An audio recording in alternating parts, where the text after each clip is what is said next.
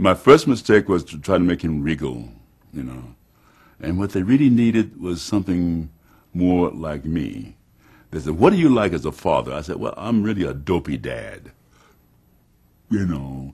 And so they began to impose my facial expressions onto Mufasa and a different tone of voice. Yeah, he was authoritative, but he was just a gentle dad, you know. Okay, let's go back, if you will. 1992. I was rehearsing a revival of Guys and Dolls.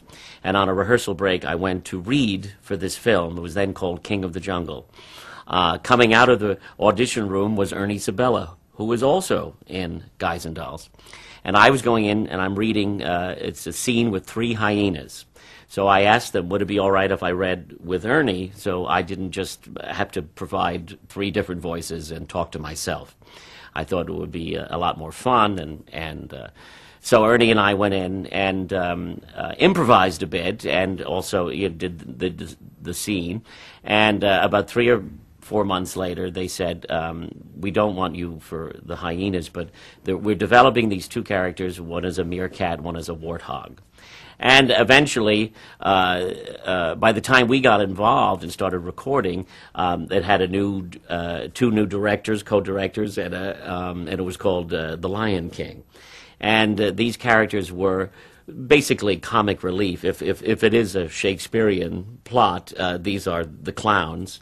Initially, when it was King of the Jungle, people were sort of poo-pooing it.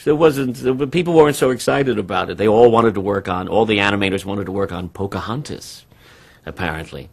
And eventually this movie, became very interesting. And I think Mr. Katzenberg had a lot to do with that. And I think he was the one who really kept saying, you've got to put more of these 2 characters into it. It's a little heavy. It's a little serious. And I remember when the movie, they started showing it to the press, there was some presentations, and Jeffrey Katzenberg would come out with real lions, and Ernie and I would come out and sing Hakuna Matata and do some comedy. And they showed 2 scenes.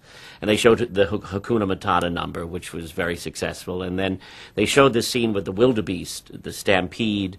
And then I just thought it's amazing that they've gone this far, because it was so dark. I mean, it was, again, the death of a parent. But then they did that interesting, the most twisted thing was Jeremy Irons coming out of nowhere and saying to him, "Simba, what have you done?" I'll always remember that, thinking, wow.